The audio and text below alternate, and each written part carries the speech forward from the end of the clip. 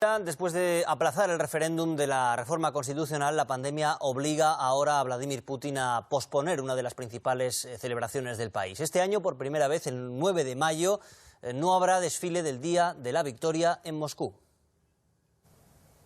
Era la fecha más señalada este año en la agenda del Kremlin. Líderes de todo el mundo estaban invitados a conmemorar aquí el 75 aniversario de la victoria soviética sobre el nazismo en la Segunda Guerra Mundial. Pero el coronavirus ha vuelto a trastocar todos los planes. Putin ya tuvo que posponer el referéndum sobre la nueva Carta Magna, que podría eternizarlo en el poder, y los rusos debían votar el próximo 22 de abril. Ahora, en un hecho insólito, se aplaza también sin fecha el tradicional desfile militar del 9 de mayo. Hoy se ha sabido, además, que hay soldados entre los 28.000 casos de COVID diagnosticados en Rusia. El Parlamento Europeo va a votar mañana el formato de la ayuda económica para hacer frente a la crisis provocada por el coronavirus.